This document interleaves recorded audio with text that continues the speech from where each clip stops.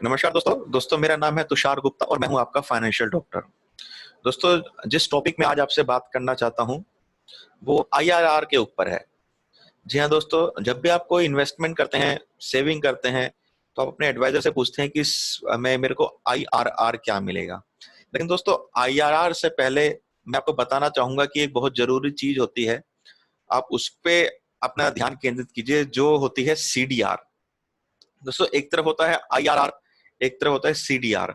CDR को समझने से पहले मैं कुछ आपसे बातें करना चाहूंगा कि जब हम छोटे थे, स्कूल जाते थे, पढ़ाई करते थे, तो जब हम बड़े हुए तो एक प्रोसेस से हम गए, उस प्रोसेस को ही सीडीआर कहते हैं। सी का मतलब होता है कंपलसरी, डी का मतलब होता है डिसिप्लिन और आर का मतलब होता है रिजल्ट।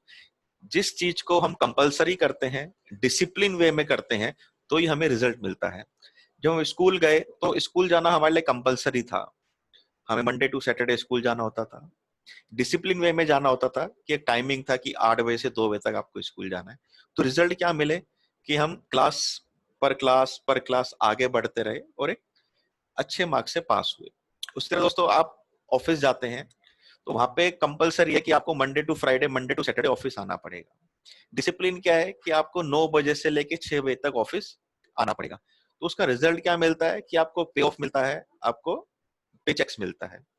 उसी तरह दोस्तों, इन्वेस्टमेंट में भी कंपलसरी, डिसिप्लिन और रिजल्ट होना चाहिए। कंपलसरी क्या होता है कि जब आप इन्वेस्टमेंट करें तो कंपल्शन होना चाहिए कि आपको इन्वेस्टमेंट करना ही करना है। डिसिप्लिन मतलब एक पर्टिकुलर ईयर की डेट को, तारीख को आपको इन्वेस्टमेंट डालना ही है। तो आपको रिजल्ट मिलते हैं कि आपका वेल्थ क्रिएशन होता है, फंड इकट्ठा होता है बच्चों की एजुकेशन के लिए, मैरिज के लिए। अब इसको आप कंपेयर कीजिए, अगर आप म्यूचुअल फंड लेते हैं तो उसमें सीडीआर नहीं है, तो उसमें आप कभी भी उसको स्टॉप कर सकते हैं, कभी उसको तोड़ सकते हैं। इसी तरह हम कहते हैं कि हम पीपीएफ में पैसा लगाएंगे तो उसमें भी सीडीआर का फैक्टर नहीं है, क्योंकि उसमें कभी आप 1.5 लाख रुपए डाल दीजिए, कभी आप 1 लाख रुपए डाल दीजिए, कभी आप 50,000 रुपए डाल दीजिए, उसमें भी सीडीआर का कोई कंपल्शन नहीं है। आप गोल्ड लेते हैं, प्रॉपर्टी में इन्वेस्ट करते हैं, इन सभी चीजों में सीडीआर नहीं आता। लेकिन दोस्तों, जीवन बीमा एक वो माध्यम है जिसमें आपका सीडीआर का फैक्टर आता है, जिसमें आपको कंपलसरी डिसिप्लिन वे में इन्वेस्टमेंट करना होता है। अगर आपने आज चूज किया कि मैं 2-2 लाख रुपए साल के डालूंगा, अगले 20 साल तक डालूंगा, तो आपको कंपल्शन है कि आपको 2-2 लाख रुपए डालने पड़ेंगे 20 साल तक।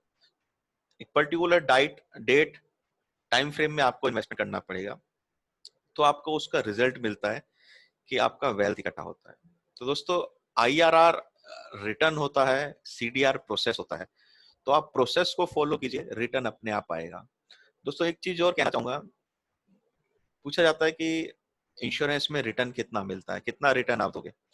तो जो इंश्योरेंस में रिटर्न मिलता है ना, अगर आपने 20 साल 25 साल की पॉलिसी ली है, तो शुरू के में जो 16 साल 18 साल रिटर्न एलआईसी देती है ना, वो आपकी फैमिली को देती है।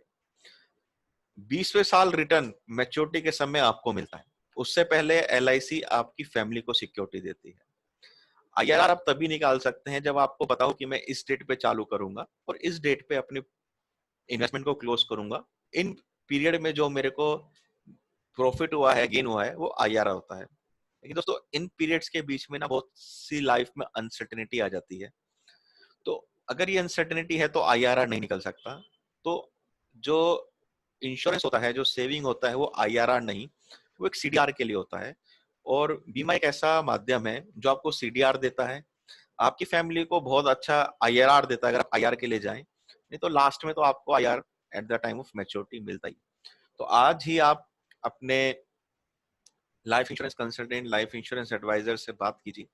उनसे पूछिए कि आप अपने सेविंग पैटर्न में किस तरह सीडीआर लगा सकते हैं, जिससे कि आप भी अपने लाइफ के गोल अच्छे से इजीली अचीव कर सके। थैंक यू दोस्तों, मैं था तुषार गुप्ता, आपका फाइनेंशियल डॉक्टर।